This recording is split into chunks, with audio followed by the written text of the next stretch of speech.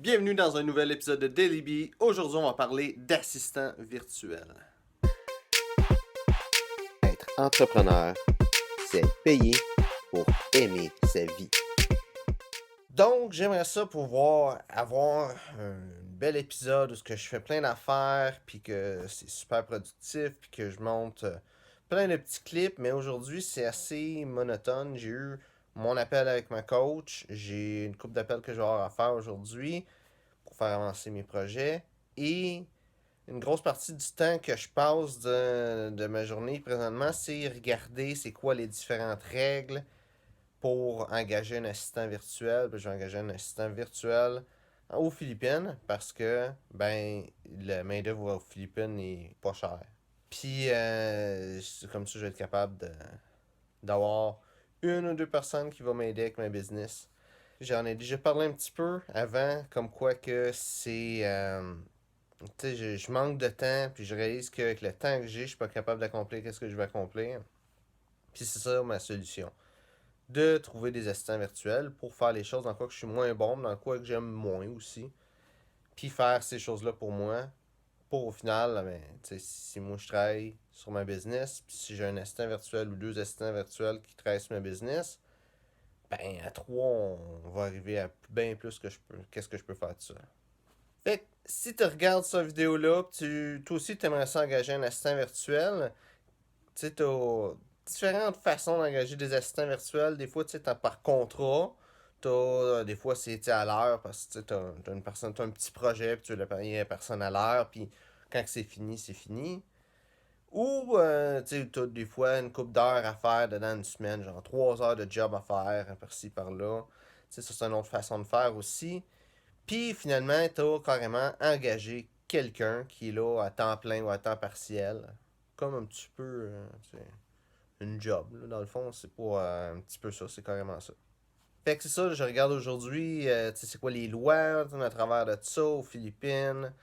Parce que j'ai regardé un petit peu c'est quoi les différentes agences qu'il y a. Il y a les deux plus grosses places pour trouver des assistants virtuels. Tu sais, il y en France puis au Canada, mais tu sais, c'est toutes des affaires de le monde. Ils demandent 40, 60 heures 60 pièces de l'heure pour faire des jobs qui prennent pas ça pantoute, là. Tu sais, que ça vaut pas ça. Ou sinon, il y a en Inde puis aux Philippines. Puis ce que j'ai vu aux Philippines, c'est un peu moins cher qu'en Inde. Puis c'est beaucoup plus facile de travailler avec le monde aux Philippines. Pas parce que le monde aux Philippines sont mieux que le monde en Inde, mais parce que les business qui t'aident à trouver des assistants virtuels aux Philippines sont mieux faites que les business que j'ai trouvés en Inde. Tout simplement. C'est les plateformes pour trouver des travailleurs qui est juste plus simple, celle des Philippines. Surtout pour une entreprise qui démarre. Tu sais, si j'aurais déjà des employés et tout ça, je pourrais donner la job à quelqu'un de regarder, de faire des soumissions à toutes les agences, puis en Inde, aux Philippines, trouver des meilleurs prix, puis tout ça. Puis, c'est compliqué. Je veux pas me donner ce trouble-là. La raison que je veux un assistant virtuel, c'est pour me donner moins de troubles. Fait que, ça serait capable de me donner plus de troubles pour m'en donner moins, là. Mais il y a quelque chose que je pensais pas sur le coup, puis c'est juste parce que ça m'a j'ai jamais eu à vivre ça. J'ai jamais engagé de monde finalement avant, ou de cette façon-là. Puis je réalise que d'avoir un assistant virtuel ou d'avoir un employé à l'étranger, ça veut dire que la personne va avoir des célébrations qui vont être différentes. Le jour de l'an, ça reste le jour de l'an, mais aux Philippines, ils vont fêter le nouvel an chinois, admettons. Ils vont avoir la, la fête de leur pays, la journée d'indépendance, qui est une autre journée que nous autres. Fait que ça fait en sorte que les journées, c'est différent, les journées qui ont besoin de congés. Faut se penser que ces journées de congés-là, vu que c'est des travailleurs, c'est des journées de payer. C'est des journées de congés payées qu'il faut payer, que moi je paye dans le fond. Il y a aussi, tu sais, à penser à tous les bonus aux Philippines, il y a un bonus qui appelle le 13e mois, que dans le fond, après un an de travail, ou tu sais, dans le temps des fêtes, finalement, tu es supposé te donner un bonus qui est l'équivalent d'un mois de salaire, ou techniquement le 12e de ce qu'ils ont fait dans l'année, là. Donc, s'ils ont travaillé pendant 7 mois, c'est pas un mois de salaire complet, là, mais quelque chose comme ça, dans le fond, tu sais. Ça vient avec le fait qu'il y a bien des choses à savoir, bien des choses à comprendre. Tu sais, s'il y a vraiment un côté législatif, fiscal qui est là, qui est différent d'engager quelqu'un comme employé que d'avoir des sous-traitants.